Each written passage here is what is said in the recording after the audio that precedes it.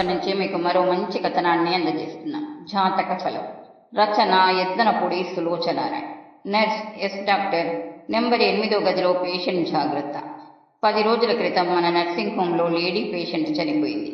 గుర్తుందా? సరిగ్గా అదే జ్వరం. జాగ్రత్తగా కనిపెట్టి ఉండాలి నువ్వు. నేనిచ్చిన మందులు గంటకి వెయ్యి. ప్రతి అరగంటకి పల్స్లో ఏదైనా మార్పు ఉందేమో పరీక్ష చేయి. తెల్లవారుజామున 4 గంటలకి వచ్చి నేను మళ్ళీ ఇంకో ఇంజెక్షన్ ఇస్తాను అని ఆదేశించి డాక్టర్ గారు వెళ్ళిపోయారు. నేను నెంబర్ 8వ గది వైపు నడిచాను. గదిలో లైటు వెలుగుతుంది. మంచం మీద ఉన్న రోగి తీవ్రంగా మూలుగుతున్నాడు.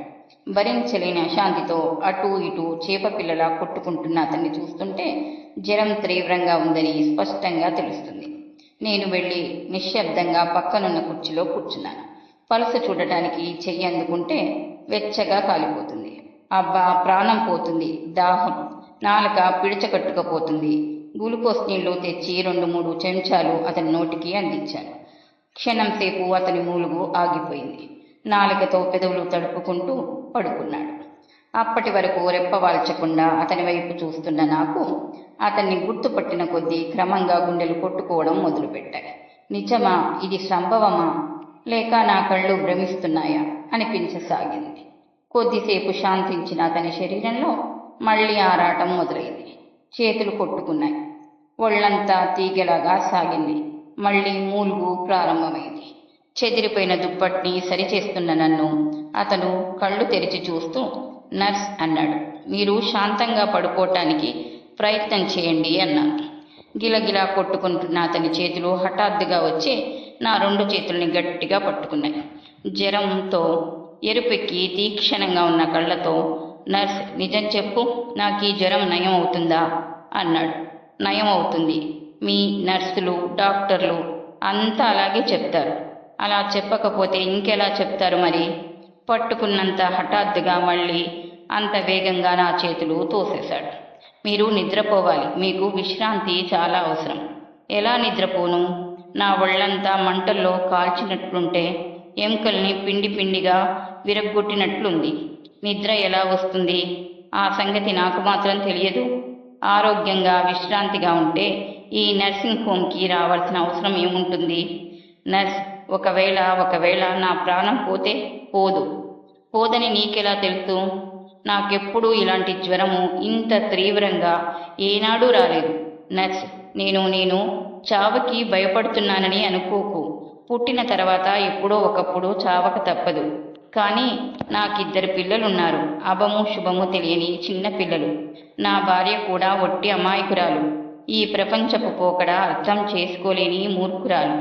వాళ్ల కోసం నేను బతకాలి. దుప్పటి అంచులు సరిచేస్తున్న నా చేతులు దాన్ని గట్టిగా బిగుసుకున్నాయి.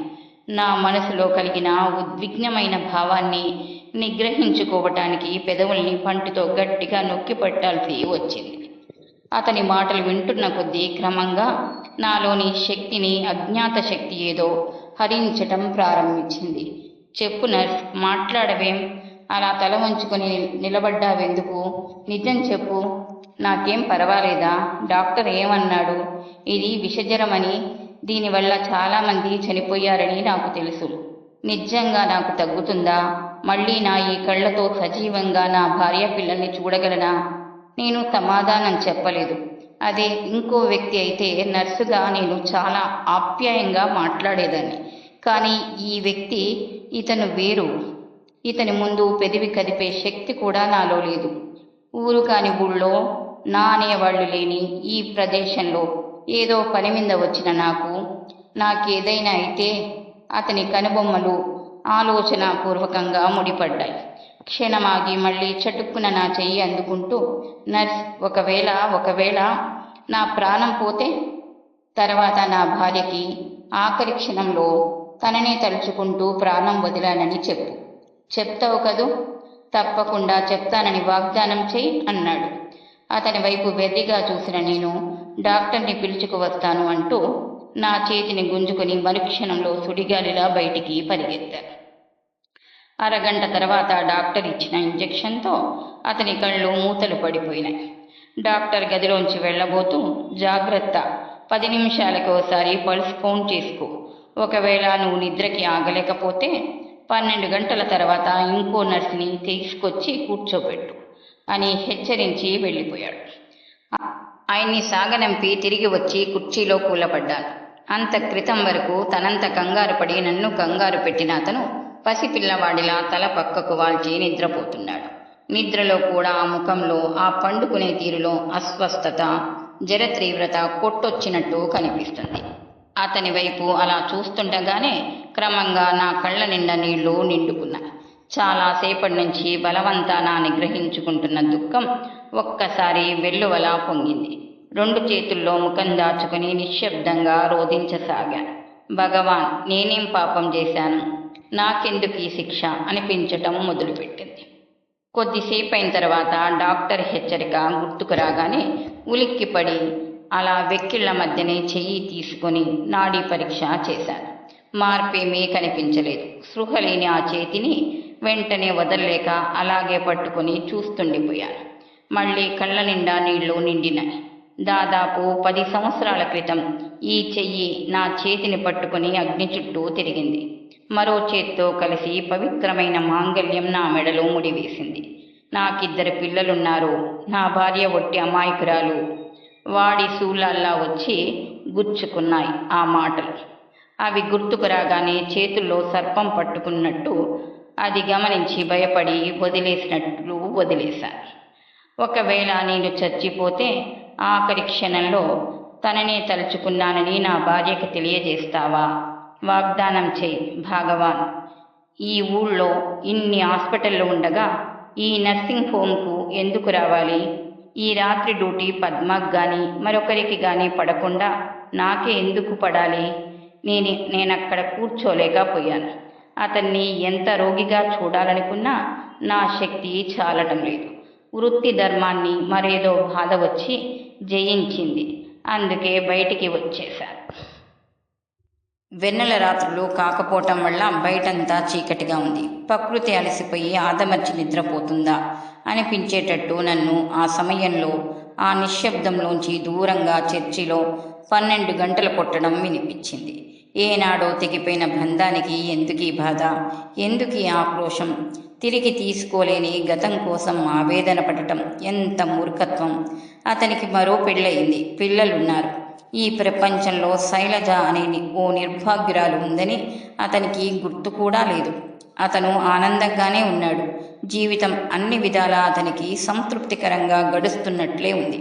మరి అలాంటప్పుడు నాకెందుకు ఈ శిక్ష? నేనేం పాపం చేశాను?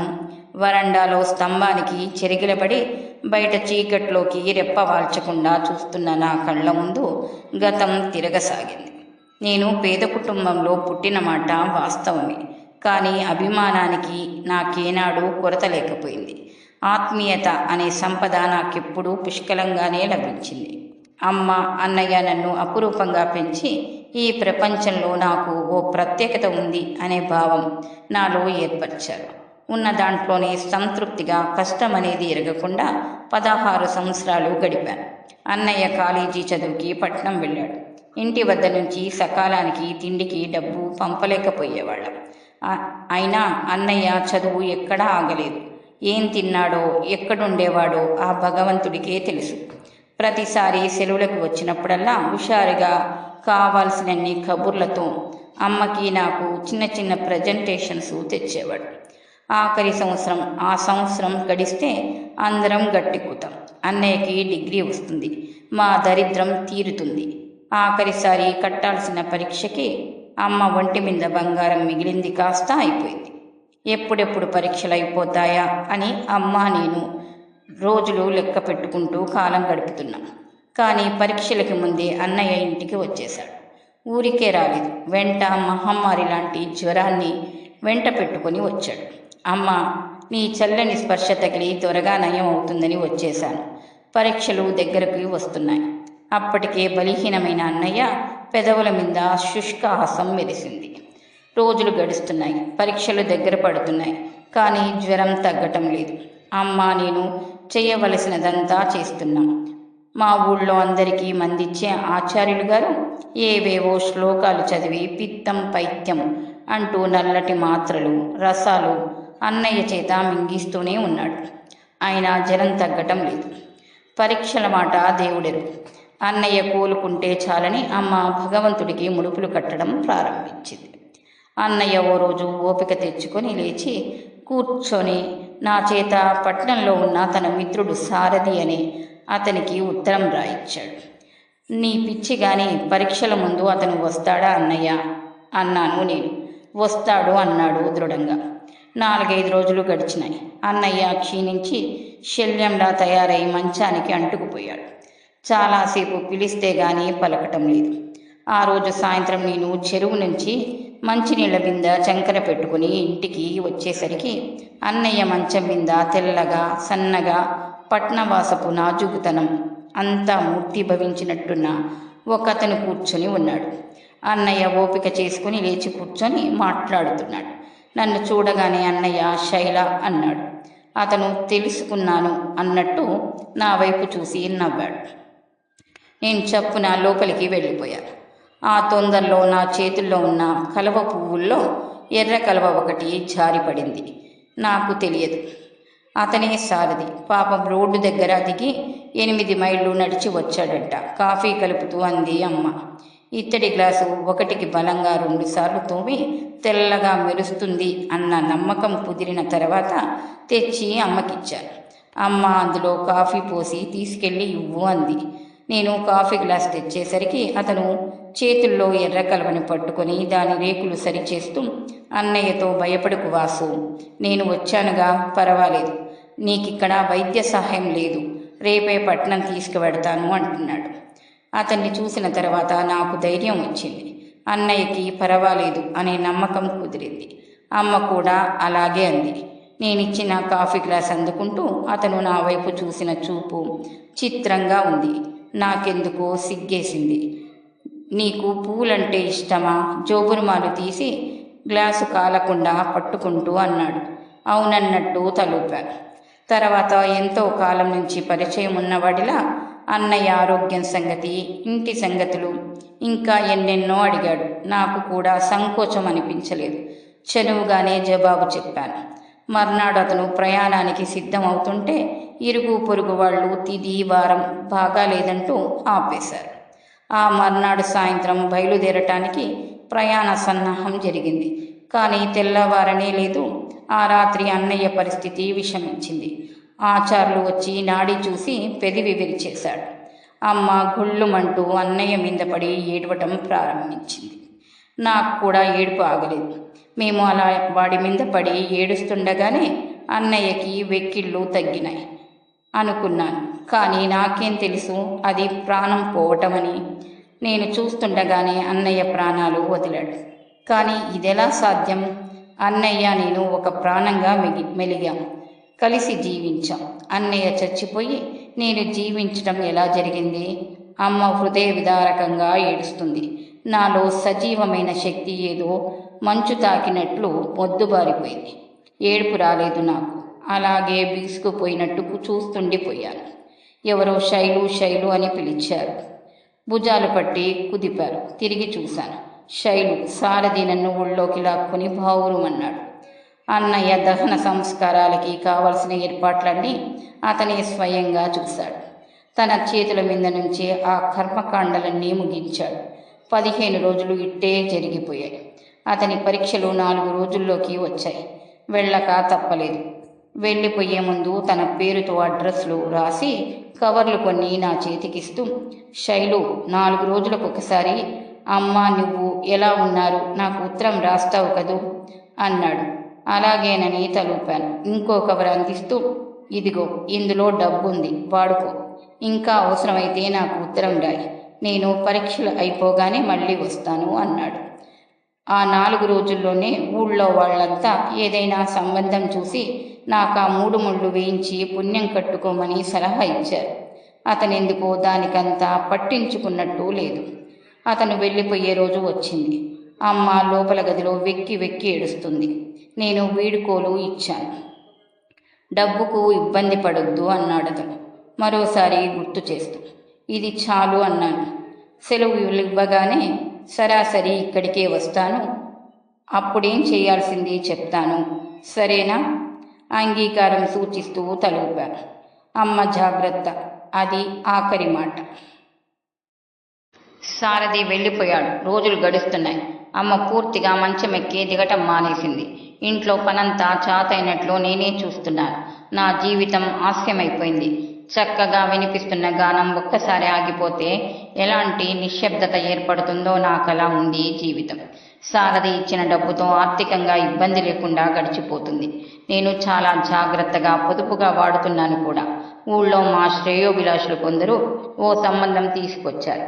మా ఊరికి 10 మైళ్ళ దూరంలో ఉన్న ఓ పెద్ద పల్లెటూరికి అతను మునసబుగా చేస్తున్నాడు. మొదటి భార్య ఈ మధ్యనే ప్రసవించలేక చనిపోయి 6 నెలలైందట. 4 పిల్లలున్నారు. పొలం బాగానే ఉంది. పాడి పంట సమృద్ధిగా ఉన్న కుటుంబం. అమ్మకి సంబంధం నచ్చింది.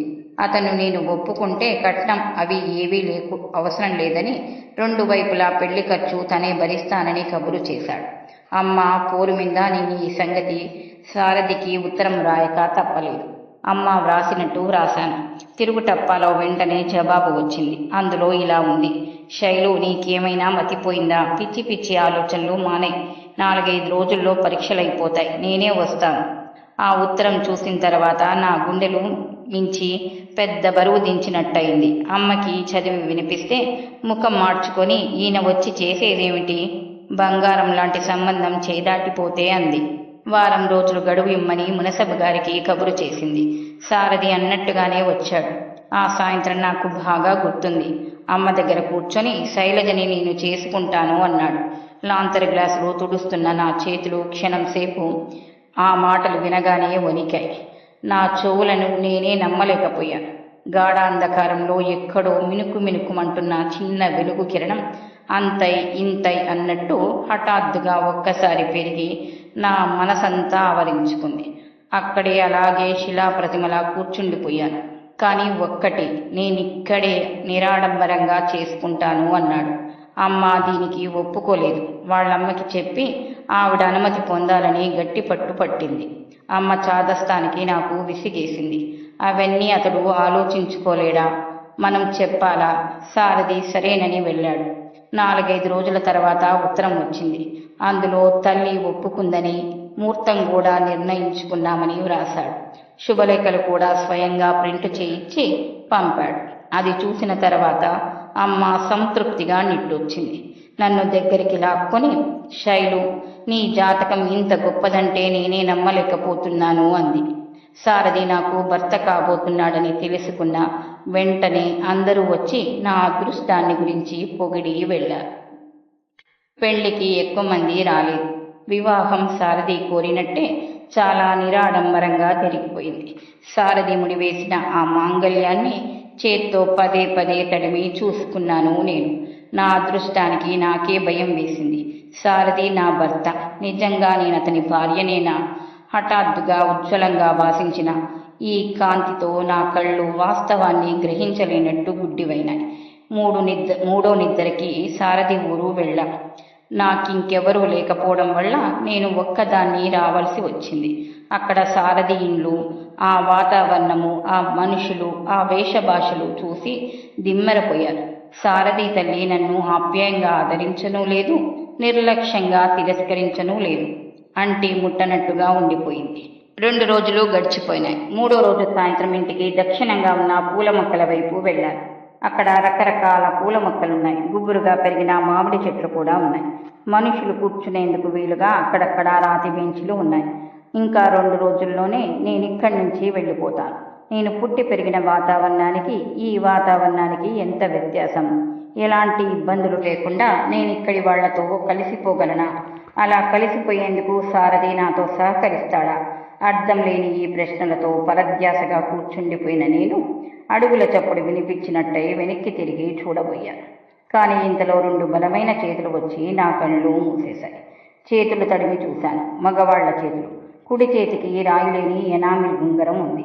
ఒంటరిగా కూర్చున్న నా కళ్ళు మూసే అంతటి ధైర్యం, సాహసం, చిలిపి కోరిక ఇంకెవరికి ఉంటుంది? ఆ స్పర్శ ఎవరిదో గ్రహించుకున్న నాకు శరీరమంతా విద్యుత్ ప్రవహించినట్టయింది. ఎవరో చెప్పు. కొద్దిగా గరుకుగా ఉన్న చెంప నా నునుపైన చెంపకి ఆనింది. మీరే. అక్కడెవరూ లేకపోయినా రహస్యంగా జవాబిచ్చాను. దొంగ, గుర్తుపట్టేశావే అంటూ నవ్వుతూ భుజాలు పట్టుకుని తన వైపుకు తిప్పుకున్నాడు. శైలు ఏదో చెప్పబోయిన అతను హఠాత్తుగా ఆగిపోయి నా వైపు చూస్తుండిపోయాడు. నిశ్చలంగా నా వైపు రెప్పవాల్చకుండా సూటిగా చూస్తున్న ఆ చూపులో నా పట్ల కోరికే, అనురాగం, ఆప్యాయత అన్నీ నిండుగా తొణికిసలాడుతున్నాయి. ఏమిటి? ఏదో చెప్పాలనుకున్నాను కానీ గుర్తు రావటం లేదు బాలా అంటూనే మెల్లగా నన్ను దగ్గరికి లాక్కొని గుండెలకి హత్తుకున్నాడు. సృష్టి ఆగిపోయింది. ప్రపంచమంతా మృదుమధురమైన గానంతో నిండిపోయింది. అతని చేతుల్లో పసిపిల్లలా ఒదిగిపోయాను నేను. ఆ సమయం చాలా క్షణికమే కావచ్చు కానీ అదే నాకు శాశ్వతమైంది. ఆ రోజు ఆ పరిష్వంగంలోని ఆ మధురిమను నేను చవి చూడకపోయినట్టయితే ఇన్ని సంవత్సరాలు నేను ఒంటరిగా మరో పురుషుని స్పర్శ ఎరుగకుండా ఉండేందుకు నిగ్రహం వచ్చేది కాదేమో. బ్రహ్మచారినిగా ఇన్ని సంవత్సరాలు నిష్కలంకంగా గడపడానికి నాకు శక్తి చాలేది కాదేమో. శైలు అది పిలుపు కాదు, నాలాంటి అనుభూతినే తను కూడా పొందుతూ అదేదో చెప్పలేక ఆరాటపడుతున్న హృదయం యొక్క ఆలాపన. ఇంతలో దూరంగా అబ్బాయి అన్న మా అత్తగారి పిలుపు వినిపించింది. సారథి నన్ను వదిలేశాడు. నేను మెరుపు తీగల ఇంట్లోకి పరిగెత్తాను. లోపలికి వెళ్ళేసరికి ఇల్లంతా హడావుడిగా ఉంది. మా అత్తగారు, పిన్నత్తగారు సందడిగా మాట్లాడుకుంటున్నారు. నన్ను చూడగానే మా అత్తగారు, అమ్మాయి చెప్పున హాల్లోకి పద, రామానంద తీర్థులు గారు వచ్చారు, అబ్బాయి ఎక్కడున్నాడో అంది. నాకు తర్వాత తెలిసింది, రామానంద తీర్థులు గారు మా అత్తగారికి గురువు గారు. ఆయన ఆశీర్వచనం వల్లనే చాలా కాలానికి లేక సారథి కలిగాడు. ఇంట్లో ఏది జరిగినా ఆయన ఆశీర్వచనం అందుకొని పని ప్రారంభించటం ఆ ఇంటి ఆచారం. పెళ్లికి ముందు ఆయన బద్రీనాథ్లో ఉండడం వల్ల, సారథి ఒకటే తొందరపడటం వల్ల అది వీలు కాలేదు. నేను ఆవిడ చెప్పినట్టు వెళ్ళి బుద్ధిమంతురాలిగా ఆయన దగ్గర కూర్చున్నాను. కొద్దిసేపు అయిన తర్వాత సారథి కూడా లోపలికి వచ్చాడు. ఇద్దరం ఆయన పాదాలకి నమస్కరించాం. ఆయన మమ్మల్ని ఆశీర్వదించి కూర్చోమన్నారు. త్వరగా మనవడు కలిగేలా నన్ను ఆశీర్వదించండి అంది మా అత్తగారు. నవ్వి ఏదమ్మా చెయ్యి అంటూ నా చేతిని తీసుకుని చూడడం ప్రారంభించారు. చూస్తుండగానే ఆయన కనుబొమ్మలు ముడిపడ్డాయి. క్షణం సేపు తలెత్తి నా వైపు తీక్షణంగా చూశారు. నేను ఆ చూపులకి బెదిరిపోయానని వేరే చెప్పనవసరం లేదు. నువ్వు లోపలికి వెళ్ళమ్మా అన్నారు మళ్ళీ ప్రసన్నంగా. నేను లేచి లోపలికి వెళ్ళబోయే ముందు మళ్ళీ నమస్కరించారు. చిరకాలం జీవించమని నన్ను చెయ్యెత్తి ఆశీర్వదించారు. ఆ రాత్రి గడిచిపోయింది. మర్నాడు పగలంతా గడిచిపోయింది. తీర్థులు గారు ఆ సాయంత్రం వెళ్ళిపోయారు. అంతా ఆడంబరంగా వీడుకోలు ఇచ్చారు. లోపలి గదిలో ఒంటరిగా నిలబడి ఉన్న నా దగ్గరికి సారథి వచ్చి శైలు అన్నాడు. మంచినీళ్లు కావాలి అన్నాడు. నేను వెళ్ళి మంచినీళ్లు తెచ్చి ఇచ్చాను. గ్లాస్ అందుకుంటూ రాత్రి అందరూ నిద్రపోయిన తర్వాత నిన్నటి చోటికి రా అన్నాడు. అది అభ్యర్థన కాదు, ఆదేశం, అంతకంటే కాదు, ఆజ్ఞాపించినట్టుంది. నాకు భయం కంటే సిగ్గే ఎక్కువ కనిపించింది. అతను నా భర్తే కావచ్చు, అయినా సరే అలా దొంగతనంగా అందరూ నిద్రపోయిన తర్వాత వెళ్ళాలంటే తప్పదు. సారథి కోరికను కాదనే సాహసం నాకు లేదు. ఎలాగో ధైర్యం తెచ్చుకొని వెళ్ళాను. నేను వెళ్ళేసరికి అతడక్కడ కూర్చొని ఉన్నాడు. ఆ రాత్రి అందులో నిశ్శబ్దం. ఆ వెన్నెల అందులో తెల్లటి బట్టల్లో కూర్చొని నా కోసం ఎదురు చూస్తున్న అతన్ని చూసేసరికి నా భయం మంచులా కరిగిపోయి సందేహం పటాపంచలయ్యింది. మనసు, శరీరం రెండూ తీయని వలపుతో మత్తెక్కినాయి. నా అడుగుల చప్పుడు అంతా దగ్గరగా విని కూడా అతను తిరిగి చూడలేదు. నేనేం చేస్తానో చూడాలని కూర్చున్నాడేమో. నిన్న అతను చేసిన పని నన్ను ఈరోజు రెచ్చగొట్టింది. వెనకగా వెళ్ళి కళ్ళు మూశాను. అతను ఉలిక్కి పడడం చూసి తెల్లబోయాను. శైలు అన్నాడు చేతులు తడుముతూ. భయపడ్డాను. ఇలా వచ్చి కూర్చో. అతని ముఖము, ఆ మాట్లాడే తీరు ఎలాగో ఉంది. క్షణం సేపు అతి చెనువుగా ప్రవర్తించానేమో అన్న అనుమానం నన్ను సిగ్గుపడేలా చేసింది. పక్కనే వచ్చి కూర్చున్నాను. అతనేం మాట్లాడలేదు. ఏంటి అన్నాను. నీకో విషయం చెప్పాలని పిలిచాను. చెప్పమన్నట్టు చూశాను. అతని కిందికి చూస్తూ అన్నాడు. శైలు, నేను ఎంఏ చదవాలనుకుంటున్నాను. నిన్నిప్పుడే తీసుకురావడానికి వీలు పడదేమో. నాకు నవ్వు వచ్చింది. దానికింత ఉపద్ఘాతం ఇంత గంభీరం దేనికో కోపం వచ్చింది కూడా. ఆ మాట చెప్పటానికి లోకం ముంచుకుపోయినట్టు కూర్చోవాలా ఏమిటి? నవ్వుతూ సరదాగా చెప్పకూడదు? అదే చెప్పటానికి పిలిచాను. ఏం మాట్లాడాలో నాకు తోచలేదు. నాకు సందేహం వేసింది. మీరప్పుడప్పుడు వస్తుంటారుగా అన్నాను. వెంటనే సమాధానం రాలేదు. తల తిప్పి అతని వైపు చూశాను. అప్పటికే నన్ను పరిశీలనగా చూస్తున్న అతను ఆ అన్నాడు. మళ్ళీ నిశ్శబ్దం. అంతా మత్తెక్కించే వెన్నెల. చక్కటి నిశ్శబ్దం. కొద్దిసేపైన తర్వాత ఇంక వెళ్ళనా అన్నాను. ఊ. నాకెందుకో కోపం వచ్చింది. తీరని అనుమానం కూడా అనిపించింది. నిన్నటి మనిషేనా ఇతను? ఉన్నట్టుండి ఇలా ఎందుకయ్యాడు? తల్లి కొడుకుల మధ్య నా గురించి ఏమైనా అభిప్రాయ భేదం రాలేదు కదా? కనీసం ఆప్యాయంగానైనా మాట్లాడడే? దెబ్బతిన్న మనసుతో చివ్వున లేచి వచ్చేయబోతుండగా అతను చెటుక్కున చెయ్యి పట్టుకుని ఆపాడు. తిరిగి చూశాను. శైలు, ఎప్పుడైనా నీకేదైనా నా ద్వారా తీరని బాధ కలిగితే ఏం చేస్తావు? చెవులు పిండి ఎందుకలా చేశారని అడుగుతాను అనాలనుకున్నా. కానీ మనసులోని మాట పైకి రాలేదు. నిశ్శబ్దంగా నిలబడిపోయాను. రేపు ఉదయం నేను ఫ్రెండ్తో కలిసి ఢిల్లీ అవి చూడడానికి వెళుతున్నాను. బహుశా కాశ్మీర్ కూడా వెళ్ళొచ్చు. 2 నెలల వరకు తిరిగి రాను. 2 నెలలే నేను ఆగిపోయాను. అంటే అన్ని రోజుల వరకు అతన్ని చూడలేను. అప్పటి వరకు ఇదే ఆఖరి చూప. ఉత్తరం రాస్తుంటారుగా, అడగలేక అడిగాను. చెప్పలేను. ఊళ్ళు తిరుగుతుంటే అడ్రస్ ఒకటి ఉండదు. వ్రాయడానికేం? అలాగే, తప్పకుండా వ్రాస్తాను. నా చెయ్యి నొప్పి పుట్టే అంత గట్టిగా నలిపి వదిలేశాడు. నేను వెళ్ళటానికి 2 అడుగులు వేయగానే అతను నిట్టూర్పు విడవటం వినిపించింది. వెనక్కు తిరిగాను. ఏం లేదు, వెళ్ళు. నాకు ఏడుపొచ్చినంత పనైంది. ఎలా వచ్చాను, ఏ విధంగా తిరిగి వెళుతున్నాను? కన్నీళ్లు దాచుకునే ప్రయత్నం కోసం నడక వేగం హెచ్చించి గబగబా వచ్చేశాను. మా ఊరు వచ్చేశాను. 15 రోజుల తర్వాత సారథి దగ్గర నుంచి ఉత్తరం వచ్చింది. కొట్టుకునే గుండెలతో, వణుకుతున్న చేతులతో కవరు చించాను. సారథి స్పర్శ తెచ్చిన ఆ ఉత్తరం ముట్టుకుంటే అతన్ని తాకినట్టే ఉంది. పరిచితమైన ఆ దుస్తురి చూడగానే నా మనసు పురివిప్పిన నెమిలిలా నాట్యం ప్రారంభించింది. కానీ ఆ ఉత్తరం చదువుతుంటే నా ప్రాణాలు ఎగిరిపోసాగాయి. నేను ఊహించినట్లు లేదు ఆ ఉత్తరం. అందులో ఇలా ఉంది. శైలు, నువ్వు క్షేమంగా ఉన్నావని తలుస్తాను. నేను కులాసాగానే ఉన్నాను. నీకు ముఖ్య విషయం చెప్పబోతున్నాను. నాకు తెలుసు నిన్ను నేనెంత బాధ పెట్టబోతున్నాను. కానీ అంతకి 1000 రెట్లు ఎక్కువగా నేను బాధపడి గత్యంతరం లేక నీకు ఉత్తరం రాస్తున్నాననే సంగతి మర్చిపోకు. శైలు, ఆ రోజు రామానంద తీర్థులు గారు నీ చెయ్యి చూశారు, గుర్తుందా? నేను లోపలికి వెళ్ళిపోమ్మన్న తర్వాత ఆయన అమ్మవైపు తిరిగి అబ్బాయితో కలిసి కాపురం చేయడానికి వీల్లేదు అన్నారు. అమ్మ ఉలిక్కి పడింది. నేను తెల్లబోయి చూడసాగాను. ఆ అమ్మాయి చేతిలో పురుష సంపర్క యోగం లేదు. యావత్ జీవితం కన్యగా ఉండే జాతకం అయినది. అంటే తెలిసిందా? అమ్మ నా వైపు చూసింది. పిడుగుపాటు పొందిన మనిషిలా బిగుసుకుపోయాను నేను. సాధ్యమైనంత త్వరలో ఆ అమ్మాయిని వదిలేసి అబ్బాయికి పెళ్లి చేయటం మంచిది అన్నారాయన. అంతకంటే ఆ ప్రసంగం పెంచలేదు. కానీ అమ్మకి మాటలు చాలు. మొదటి నుంచి తీర్థులు గారి మాట ఆ ఇంట్లో వేదవాక్కుగా పరిగణింపబడుతుంది. నాకు జాతకాల మీద నమ్మకం లేదు, కానీ ఆయన మాట శిలాశాసనం. అమ్మకి నేను ఏకైక సంతానం. ఎన్నడూ లేనిది నాకు రామానంద తీర్థులు గారి మాటల మీద విసుగు జనించింది. నేను కాకుండా అమ్మకి ఇంకో సంతానం ఉంటే ఎంత బాగుండేది అని మొట్టమొదటిసారిగా అనిపించిన క్షణాలివి. కానీ నేనేం చెయ్యను?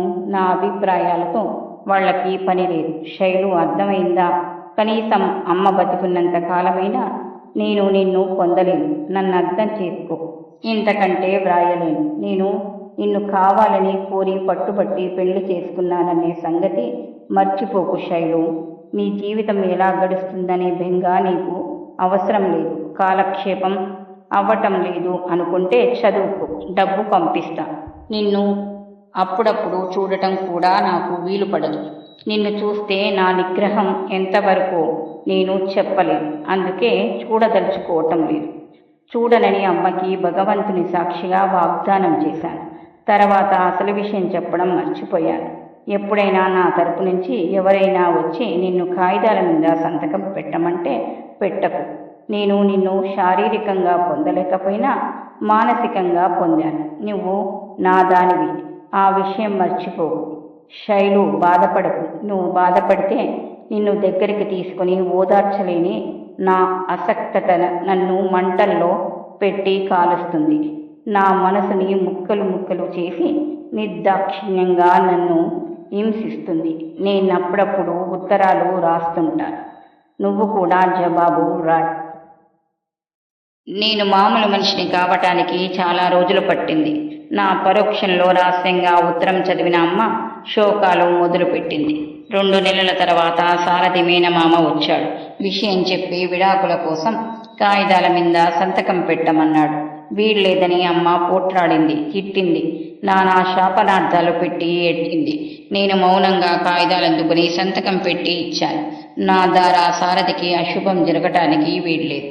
సారథి పేరు మీద తర్వాత ఉత్తరం రాశాను. నిజంగా అతనికి 2వ పెళ్లి చేసుకోవాలనే కోరికే లేకపోతే నా సంతకాలు ఏమీ చేయలేవని తెలియజేశాను. ఒకవేళ ఏ కారణాల చేతైనా పెళ్లికి ఒప్పుకున్నా నేను బాధపడనని చెప్పాను. పెళ్లి చేసుకున్నా నా మీద అతనికి అధికారం పోదు. నీ మీద నాకు అధికారం ఉండదేమో కానీ నా మీద నీకు జీవితాంతం ఉంటుంది. ఉత్తరాలు వ్రాయడం మానవద్దని కోరాను. నేను వ్రాసిన ఉత్తరం అందిందో లేదో నాకు తెలియలేదు. తర్వాత అతని నుంచి నాకెటువంటి జవాబు రాలేదు. ఏ సంగతి తెలియలేదు. మళ్ళీ నాకతను కనిపించలేదు. కనీసం నేనేమైపోయానో కూడా తెలుసుకోవటానికి ప్రయత్నించలేదు. భర్త వదిలేసిన స్త్రీకి మన సంఘంలో ఎలాంటి గౌరవం ఉంటుందో మీ అందరికీ తెలుసు. ఆ ఊళ్ళో ఉండడం దుర్భరమైంది. అమ్మని తీసుకుని మా దూరపు బంధువైన గోపాలరావు గారింటికి వచ్చేశాను. సంతానం లేని ఆ దంపతులకు నా రాక ఆనందాన్ని కలిగించడం నా అదృష్టం. అమ్మ ఎక్కువ కాలం బ్రతకలేదు. చివరి రోజులు నిశ్చింతగానే వెళ్ళాయని మాత్రం చెప్పగలను. బాబాయి నాకు వేరే పెళ్లి చేస్తానన్నాడు. నేను ఇష్టపడలేదు. వేరే మనిషి స్పర్శ, ఊహ కూడా నాకు కంపరం కలిగించేది. సారథిని నా భర్తగా పొందలేని ఈ దౌర్భాగ్య జీవితానికి ఇంకో మనిషి అనవసరం అనిపించేది. బాబాయ్ సలహాని అనుసరించి నర్సింగ్ కోర్సులో చేరాను. శిక్షణా కాలం పూర్తయింది. బాబాయ్కి బాగా తెలిసిన ఈ నర్సింగ్ హోంలో నర్సుగా చేరి కూడా 4 సంవత్సరాలు కావస్తుంది. నాకిక్కడే హాయిగా ప్రశాంతంగా ఉంది. నా తోటి నర్సు పద్మ నన్ను ప్రాణంగా చూస్తుంది. ఇద్దరం కలిసి ఒకే ఇంట్లో ఉంటున్నాం. మెల్లగా గతం గురించి మర్చిపోతున్న సమయంలో ఇన్ని సంవత్సరాలకు మళ్ళీ సారథి ఇలా కనిపించి నాలో మానుతున్న పాతగాయాన్ని నిర్లక్ష్యంగా రేపాడు. అతని మాటల ద్వారానే పెళ్ళయిందని 2 పిల్లలని తెలుసుకున్నాను. గది లోపల నుంచి మూలుగు వినిపించటంతో ఉలిక్కిపడి పరిగెత్తాను. ఎంత మందమతిని! డాక్టర్ హెచ్చరిక మర్చిపోయి దాదాపు 2 గంటల సేపు వరండాలో నిలబడ్డాను. వరుసగా 3 రాత్రుళ్ళు 3 పగుళ్ళు ఆ జబ్బుతో హోరాహోరీ పోట్లాడి సారథిని బతికించుకున్నాను నేను. ఇంకా ఎన్నాళ్ళు ఇలా కూర్చుంటావు? ఇంకా పర్వాలేదని డాక్టర్ గారు చెప్పారుగా, వెళ్ళు. నేను కూర్చుంటాను. పద్మ వచ్చి బలవంతం చేయటంతో తప్పనిసరిగా విశ్రాంతి తీసుకోవటానికి ఇంటికి వెళ్ళాను. 3 రోజులు తదేకంగా కూర్చోవటం వల్ల శారీరకంగా కలిగిన అలసట కంటే విపరీతమైన ఆలోచనలతో బాధిస్తున్న అశాంతిని భరించలేకుండా ఉన్నాను. ఆ రోజంతా గడిచిపోయింది. మర్నాడు సాయంత్రం పద్మ వచ్చి సారథి కులాసాగానే ఉన్నాడని, మాట్లాడుతున్నాడని చెప్పింది. తృప్తితో నిట్టూర్పు విడిచాను. మళ్ళీ నర్సుగా అతనికి ఎదురుగుండా వెళ్లే ధైర్యం చాలలేదు. ఒంట్లో బాగాలేదని వంకపెట్టి ఇంట్లోనే కూర్చున్నాను. 2 రోజులు గడిచిన తర్వాత పద్మ ఇంటికి వచ్చి డ్రెస్ మార్చుకుంటూ అతను నిన్ను చూడాలంటున్నాడు అంది. నన్నా? అవును. నిన్ను బతికించిన క్రెడిటు మా నర్సుది అన్నారట డాక్టర్. అదీగాకుండా నీ ముఖము అతనికి గుర్తుందట.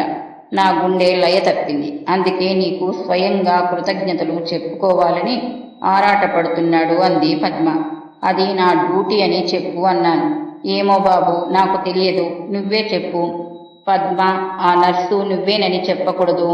అంత తేలికగా మోసపోయే మనిషిలా లేడు.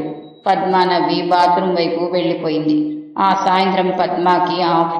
ఎవరో ఫ్రెండ్తో సినిమాకు వెళ్తుంది. డాక్టర్ కబురు చేయటం వల్ల నేను తప్పనిసరిగా వెళ్లాల్సి వచ్చింది. డాక్టర్ నన్ను చూడగానే నీ ఒంట్లో ఎలా ఉంది? 8వ గదిలో పేషెంటు నిన్ను చూడాలని తప్పిస్తున్నాడు. వెళ్ళి ఒకసారి కనిపించిరా అని వెళ్ళిపోయారు. డాక్టర్ మాటకి ఎదురు చెప్పే సాహసం ఎక్కడిది? నర్సు చిన్న పని చేసి పెట్టాలి. ఏంటిది? నా కంఠస్వరం వింటూనే అతను ఉలిక్కి పడ్డట్టు చూశాడు. నా ముఖము కొద్దిగా చీకట్లో ఉండేటట్టు జాగ్రత్త పడ్డాను. క్షణం సేపు నా వైపు చూసిన అతను నన్నంత జాగ్రత్తగా చూసి కంటికి రెప్పలా కాపాడింది నువ్వేనా అన్నాడు. ఇక్కడికి వచ్చిన ప్రతి రోగికి మా శాయశక్తులా సేవ చేయటం మా ధర్మం. మీకు చేసిన దాంట్లో ప్రత్యేకత ఏం లేదు. నాకు తెలియకుండానే నా మాటలు వాడిగా వచ్చాయి. అతను తెల్లబోయినట్టు చూశాడు. చెప్పండి, ఏం పని చేసి పెట్టాలి? తెల్ల కాగితం కావాలి, ఉత్తరం రాసి పెట్టాలి. ఇప్పుడే తెస్తా. గదిలోంచి వెళ్ళి పారిపోయాను. 10 నిమిషాలు పోయిన తర్వాత కాగితం కలంతో తిరిగి వచ్చాను. కొద్దిగా వ్రాసి పెట్టవా? నేను వ్రాయలేను. అలాగే. అతను కళ్ళు మూసుకొని వెనక్కు వాలి పడుకున్నాడు. గదిలో లైటు వేసి క్రీనీడలో రాయటం ప్రారంభించాను. ప్రియమైన కమలకి అతను చెప్పటం ప్రారంభించాడు. ఆ మాట వ్రాశాను. కానీ చేతులు వనకడం మాత్రం నిగ్రహించుకోలేకపోయాను. అతను అలా కళ్ళు మూసుకునే చెప్తున్నాడు. నేనిక్కడ కులాసాగానే ఉన్నాను. అనుకోకుండా కాస్త జ్వరం తగలటం వల్ల తప్పనిసరిగా నర్సింగ్ హోంలో చేరాల్సి వచ్చింది. కంగారు పడకు, జ్వరం తగ్గిపోయింది. 4-5 రోజుల్లో బయలుదేరి వస్తాను. బాబుకి పాపకి నా తీయటి ముద్దులు. ఎంత ప్రయత్నించినా నేను ఉత్తరం రాయలేకపోయాను. నాకు శక్తి చాలలేదు. కాగితం కలం తీసి అక్కడ పారేసి బయటికి వచ్చేశాడు. అతను అర్థం కానట్టు చూసి ఉండవచ్చు. అందుకే వెనక నుంచి నర్స్ అదేమిటి వెళ్ళిపోతావేం అని కేక వినిపించింది. నేను మళ్ళీ ఆ గదిలోకి వెళ్ళలేదు. అతను పిలవలేదు. రాత్రి 12 గంటలకి మందు ఇచ్చి టెంపరేచర్ చూడాలి. మనసు కుదుటపరుచుకున్న నేను దృఢంగా నిశ్చలంగా గదిలోకి వెళ్ళాను. అతను నిద్రపోతున్నాడు. ఉత్తరం నేను పెట్టిన చోట అలాగే ఉంది. క్షణం సేపు అతన్ని చూస్తూ అలాగే నిలబడిపోయాను. ఆ సారథికి ఈ సారథికి అట్టే వ్యత్యాసం లేదు. అప్పుడు బాగా బక్కపలచగా ఉండేవాడు. ఇప్పుడు కాస్త బలం వచ్చినవాడుగా ఉన్నాడు. మనిషిలో వయసు తెచ్చిన గాంభీరత్వము కూడా ఉంది. అనారోగ్యంతో చిక్కిపోయి కూడా ఆ ముఖము ఎంత ఆకర్షణీయంగా ఉంది. నిద్రలో అతని ముఖంలో కనిపిస్తున్న ప్రశాంతత నా దురదృష్టాన్ని వెక్కిరించసాగింది. లేపి మందిచ్చాను. బద్ధకంగా బరువుగా మూతలు పడుతున్న కళ్ళతో మందు తాగేశాడు. థర్మామీటర్ నోట్లో పెట్టి ఊరుకున్నాను. నోట్లోంచి విసురుగా తీస్తుండగా, నర్స్ ఇంతాక ఎందుకలా పారిపోయావు అన్నాడు. అప్పటికే అతని కళ్ళు మళ్ళీ మూతలు పడుతున్నాయి. నేను సమాధానం చెప్పలేదు. అతను ఇంకేమీ అడగలేదు. బయటికి వచ్చేశాను. అతను నన్ను గుర్తుపట్టలేదు. ముఖాముఖి చూసి కూడా పోల్చుకోలేదు. ఈ దారుణమైన సత్యం నా గుండెల్ని 1000 రంపాలతో చీల్చసాగింది. ఏమైనా సరే రేపు ఉదయం ఎదురుపడాలి. ఒకవేళ గుర్తుపట్టకపోతే ఫలానా అని గుర్తు చేయాలి. గుర్తు చేసి అతనెలా ప్రవర్తిస్తాడో చూడాలి. గట్టిగా నిశ్చయించుకున్నాను. మర్నాడు పగులు డ్యూటీ మేరీది. సాయంత్రం వరకు వేచి ఉండక తప్పలేదు. రాత్రి 7-8 గంటల మధ్య మందు తీసుకుని వెళ్ళాను. అతను మంచం మీద కూర్చొని పుస్తకం తిరిగేస్తున్నాడు. నిన్నటి కంటే కులాసాగానే ఉన్నాడు. అతను ఎలాగో నన్ను గుర్తుపట్టలేదు. ధైర్యంగా నిస్సంకోచంగా దగ్గరకు వెళ్ళి మందిచ్చాను. మందు గ్లాస్ అందుకుంటున్న అతను క్షణం సేపు నా వైపు చూశాడు. నేను కూడా చూశాను. ఇద్దరి చూపులు కలుసుకుని పెనవేసుకున్నాయి. అతను వింతగా ప్రశ్నార్థకంగా చూశాడు. చూస్తుండగానే అనారోగ్యంతో చిక్కిపోయిన అతని కళ్ళు ఆశ్చర్యంతో పెద్దవైనాయి. మందు గ్లాసు పట్టుకున్న నా చెయ్యి వణికింది. శైలు పెదవులు అస్పష్టంగా పలికినాయి. కళ్ళు ఇంకా కళ నిజమా అన్నట్టు అలాగే అపనమ్మకంతో గుచ్చి చూస్తున్నాయి. నిన్నిక్కడ నర్సుని, శైలజని కాదు. అదే ఎందుకని, ఎలా నువ్విక్కడ? అతను తడబడుతున్నాడు. మందు తీసుకోండి. అయితే నువ్వేనా నన్నిలా జాగ్రత్తగా చూసింది? నేను సమాధానం చెప్పలేదు. ఆ మాటలు, ఆ పలికే తీరు చూస్తుంటే అతను నన్ను నేననుకున్నంత మర్చిపోలేదని తెలుస్తుంది. నువ్వు వేరే పెళ్లి చేసుకోలేదు. అంతా మీలా ఉండరు. విడిచిన బట్టని తీసివేసినట్టు మనుషుల్ని జీవితాల నుంచి తీసిపారేయటం అందరికీ సాధ్యం కాదు. క్షణం సేపు భయంకరమైన నిశ్శబ్దం ఏర్పడింది. మందు తీసుకోండి. మీరిక్కడ నన్ను చూసి భయపడాల్సిన అవసరం ఏమీ లేదు. శైలజ మీరు వదిలివేసిన నాడే చచ్చిపోయింది. ఇప్పుడు ఇక్కడుంది కేవలం నర్స్. ఆ నర్సు ఏ విధంగానూ మీ జీవితంలో ప్రవేశించదు. పాత బంధాన్ని పైకి తీయాలని ప్రయత్నమూ చెయ్యదు. అతడు నా చేతిలో మందు గ్లాసు వదిలేసి వెనక్కు తగ్గాడు. హఠాత్తుగా షాకు తిన్న అతని ముఖం పాలిపోయింది. నీరసంగా మారడం నేను గమనించకపోలేదు. అయితే ఉత్తరం రాస్తూ నిన్న నువ్వు పారిపోయింది వాక్యం పూర్తి చేయకుండా ఆపేశాడు. నేను వంచిన తల ఎత్తలేదు. అడగాలని సిద్ధం చేసుకున్న మాటలన్నీ గాలిలో కలిసిపోయినాయి. మాటలు రాని మూగదానిలా నిలబడిపోయాడు. హఠాత్తుగా ముందుకు వంగి నా చెయ్యి పట్టుకుంటూ నిజం చెప్పు. ఇన్నాళ్ల నీ జీవితంలో నేను నిష్క్రమించిన తర్వాత ఇంకెవరూ రాలేదా అన్నాడు. నేను రానివ్వలేదు. అప్రతిభుడైనట్టు చూశాడతను. మీరు మందు తాగితే నేను వెళ్ళిపోతా. నాకిక్కడ ఊపిరి ఆడటం లేదు. అతను సమాధానంగా 2 చేతులు పట్టుకుని మంచం మీదికి లాగాడు. అనుకోకుండా అతను చేసిన పనితో అతని దగ్గరగా మంచం మీద కూలబడ్డాను. వెంటనే లేవబోయాను, కానీ లేవనీయలేదు. చెయ్యి గట్టిగా పట్టుకుని నిన్నిలా మళ్ళీ చూస్తానని కలలో కూడా అనుకోలేదు అంటుండగానే అతని కంఠం వణికింది. అతన్ని చూసినప్పటి నుంచి ఈ క్షణం వరకు నేను మూగగా అనుభవిస్తున్న దుఃఖానికి ఆ మాట ఆనకట్టలు తెంచింది. శైలు ఆప్యాయంగా దగ్గరికి తీసుకుని జుట్టుని సవరించాడు. చెక్కిళ్ళని నిమిరాడు. అలా ఎంతసేపు అతని చేతుల మధ్య ఇమిడిపోయి ఏడుస్తూ ఉండిపోయానో నాకు స్పృహ లేదు. అర్ధరాత్రి దాటిన తర్వాత అతన్ని బలవంతంగా నిద్రపుచ్చి బయటికి వచ్చాను. ఎన్ని కబుర్లు, ఇన్ని సంవత్సరాల ఈ వియోగంతో నా పట్ల అతని అనురాగం ఆవగించ కూడా తగ్గలేదు. తల్లి బలవంతం మీద పెళ్లి చేసుకున్న మాట నిజమే, కానీ తల్లి 2 సంవత్సరాల్లోనే పోయింది. నా కోసం తర్వాత వెతికాడట. ఆ ఊరు వెళ్ళి వాకప్ చేస్తే వెళ్ళిపోయిందని, ఎవరినో పెళ్లి చేసుకుందని చెప్పారట. గదిలోంచి బయటికి రాగానే చల్లటి గాలి నా ముఖానికి తగిలింది. తేలికగా నిట్టూర్చాను. మనసులోని కొండంత భారం దిగింది. ఆ మర్నాడు అర్జెంటు కేసు వచ్చి ఆపరేషన్ గదిలో ఉండడం వల్ల అతని దగ్గరికి వెళ్ళలేకపోయాను. దాదాపు సాయంత్రం 4 అవుతుండగా గబగబా అతని గదిలోకి పరిగెత్తాను. ఎప్పుడెప్పుడు చూస్తానా అన్న ఆత్రం నన్ను ఉదయం నుంచి ఆవేశించింది. దాదాపు పరిగెత్తుకొస్తున్న నేను గదిలోకి వచ్చి రాగానే మీట నొక్కినట్టు ఆగిపోయాను. గదిలో సారథి మంచం మీద అతని గుండెల కంటుకుపోయి ఒక ఆవిడ వెక్కి వెక్కి ఏడుస్తుంది. అతను ఓదారుస్తున్నాడు. సారథి నన్ను చూడకపోతే గిరుక్కున వెనక్కి తిరిగి వెళ్ళిపోయేదాన్ని. కానీ సమయం మించిపోయింది. అదిగో నర్సు వచ్చింది. కమల భార్యని బలవంతంగా భుజాలు పట్టి లేవదీస్తూ అన్నాడు. ఆ మాటలని అప్పుడు అతని ముఖం ఎర్రబడటం నేను గమనించకపోలేదు. ఆవిడ సరిగ్గా కూర్చొని చీర చెంగుతో కళ్ళు తుడుచుకుంది. నేను మరో 2 నిమిషాల్లో క్షమార్పణ చెప్పుకొని సారథి పిలుస్తున్నా వినిపించుకోకుండా బయటికి వచ్చేశారు. అన్నిటికంటే భయంకరమైన సత్యం, రాత్రి నేను సరిగ్గా అలాగే అతని గుండెల్లో తలదాచుకొని ఏడ్చాను. కానీ నా ఏడుపుకి ఆమె ఏడుపుకి ఎంత వ్యత్యాసం! ఇక్కడ తెలిసిన వాళ్ళెవరో సారథికి ఒంట్లో బాగాలేదని టెలిగ్రామ్ ఇస్తే పరిగెత్తుకు వచ్చింది. ఆదృత పడటంలో ఆవిడకి ఆ అధికారం ఉంది. కానీ నాకు, నేనెవర్ని అతనికి?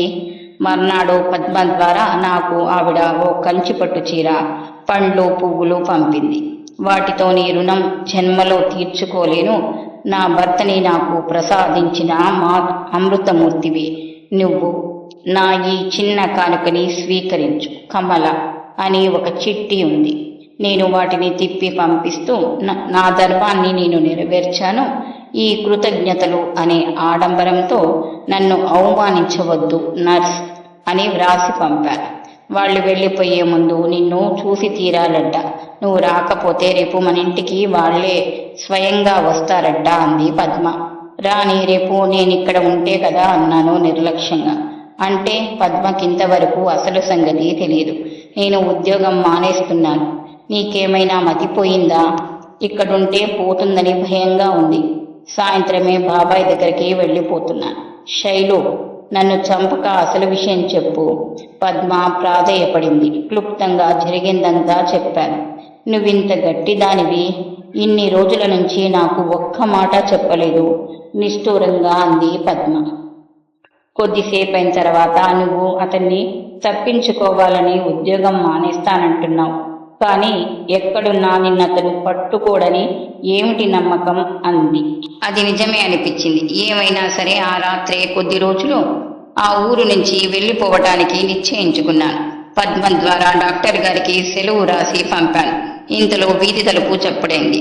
వస్తున్నా పద్మ అంటూ వెళ్ళి తలుపు తీశాను. తీస్తూనే కొయ్యబారిపోయాను. ఎదురుగుండా సారథి నిలబడి ఉన్నాడు.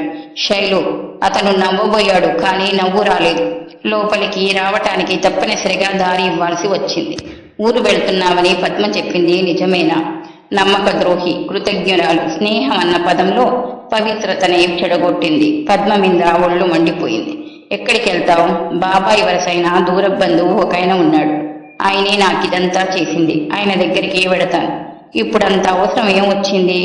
నాకిక్కడ బాగాలేదు. నా మూలంగానేనా? నేను మాట్లాడలేదు. అతను దగ్గరగా వచ్చాడు. శైలు, మళ్ళీ కంటికి కనిపించిన తర్వాత నిన్నిలా ఒంటరిగా వదిలేస్తాననే నమ్ముతున్నావా? వదిలేయక చేసేదేముంది? నా ఇంటికి తీసుకువెడతాను.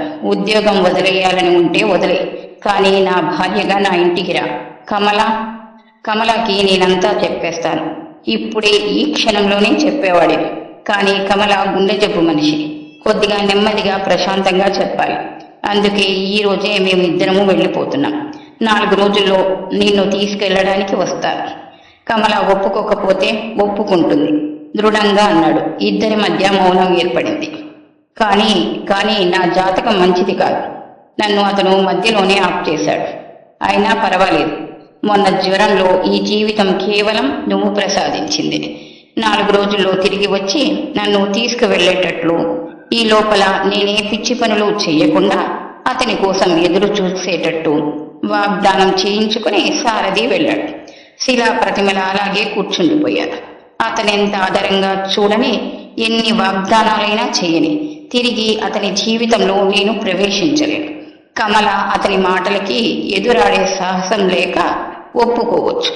కానీ కలకలలాడే ఆ సంసారం మధ్య నేనెలా ఉంటాను? నేనేం చెయ్యాలి? అతను తిరిగి వచ్చేంత వరకు వేచి ఉంటానని ఇచ్చిన మాట నిలుపుకోవటమా, లేక నిర్లక్ష్యంగా వెళ్ళిపోవడమా? భగవాన్, నాకు సరైన మార్గం చూపించు. మనసులో భగవంతుణ్ణి వేడుకోసాగాను. నాకు తెలియకుండానే నా కళ్ళ నుంచి నీళ్లు కారసాగాయి. సారథి నన్ను మర్చిపోలేదు. అతని మనసులో నా స్థానం చెక్కు చెదరలేదు. ఆ తృప్తి చాలదు నాకు. అమ్మాయి, హాస్పిటల్ నుంచి నీకు ఫోన్ వచ్చింది. ఇంటి గలావిడ కేక వేయడంతో ఉలిక్కిపడి కళ్ళు తుడుచుకున్నాను. బహుశా డాక్టర్ గారే ఉంటారు. సెలవు ఇవ్వటానికి ఒప్పుకోక ఫోన్ చేసి ఉండవచ్చు. ఇంట్లో లేనని చెప్పండి పిన్ని గారు అన్నాను. నేను వెళ్ళిపోతాను. సారథికిచ్చిన మాట నిలుపుకోను. అందులోనే మంచితనం ఉందని నా విశ్వాసం. లేచి వెళ్ళి బట్టలు సర్దుకోవటం ప్రారంభించాను. అమ్మ, పద్మతల్లి నిన్ను పిలుస్తుంది. మళ్ళీ పిలిచింది. ఆవిడ పద్మ పేరు చెప్పగానే నాకు ఇంకా ఒళ్ళు మండింది. తను చేసిన ఘనకార్యం ఎలా పరిణమించిందో ఫలితం తెలుసుకోవాలని ఆత్రం కాబోలు. సారథితో వెళ్ళానని చెప్పండి అన్నాను కరుకుగా. 2 నిమిషాల్లో పిన్నిగారి కంఠం మళ్ళీ కంచుగంటలా మోగింది. అబ్బబ్బా, నాకు తెలియదమ్మా, నువ్వు వచ్చి మాట్లాడు. అర్జెంట్ అంటుంది. ఎవరికో యాక్సిడెంట్ అయిందంట. ఆవిడ విసుక్కుంది. నేను చీరలు మంచం మీద పడేసి ఫోన్ దగ్గరికి వెళ్ళాను. హలో శైలు, నువ్వేనా? ఏం మహారాణి? శైలు, సారథి వచ్చాడు వెళ్ళాడు. నిన్ను జన్మలో క్షమించను. అబ్బబ్బా, మాట విను. అతనికి యాక్సిడెంట్ అయ్యింది. హాస్పిటల్కి తీసుకొచ్చారు. నువ్వు త్వరగా రా. నిజం, త్వరగా రావాలి. దెబ్బలు బాగా తగిలాయి. తల మీద పెద్ద గాయమైంది. ఆపరేషన్ థియేటర్లో ఉన్నాడు. పద్మ బిగుసుకుపోతూ పిలిచాను. నాకు టైం లేదు, నువ్వు వచ్చే. పద్మ ఫోన్ పెట్టేసింది. హాస్పిటల్కి ఎలా వెళ్ళానో నాకే గుర్తులేదు. నేను వెళ్ళేసరికి చాలా హడావిడిగా ఉన్నారంతా. నన్ను చూడగానే పద్మ పరిగెత్తుకొచ్చింది. ముఖం నిండా చెమటలు పట్టాయి. ఆలస్యమైందే అంది. రిక్షా దొరకలేదు. ఎలా ఉంది? రా చూద్దు గాని. పద్మ చెయ్యి పట్టుకుని లాక్కెళ్ళింది. ఆపరేషన్ టేబుల్ మీదే ఉన్నాడు. తల మీద చాలా పెద్ద గాయాలున్నట్టు బ్యాండేజ్ చెప్తుంది. నిద్రపోతున్నట్టు నిలువుగా పడుకున్న అతని మీద పడి కమల రోధిస్తుంది. గుమ్మంలో ఎదురైన డాక్టర్ నన్ను చూసి తల ఊపుతూ, చాలా ట్రాజెడీ. అంత జబ్బును కోలుకొని ఇలా అకస్మాత్తుగా పోవటం. మృత్యువు ఎప్పుడు ఏ రూపంలో వస్తుందో ఎవరికి తెలుసు అన్నారాయన. పద్మ నా చెయ్యి గట్టిగా పట్టుకుంది. ఇంకో నర్స్ అతని ముఖం మీద గుడ్డ కప్పేసింది. కమల గుళ్ళుమంది. పద్మ నా చెవిలో రహస్యంగా, ఆఖరిసారి అతను శైలు అన్నాడు తెలుసా అంటుంది. కానీ నాకివేవీ వినిపించటం లేదు. ప్రపంచం గిర్రున తిరుగుతుంది. నేను ఎక్కడికో అంతులేని అగాధంలోకి జారిపోతున్నాను. వెంటనే కెవ్వుమన్నాను. ఆ తర్వాత ఏమైందో నాకు తెలియదు.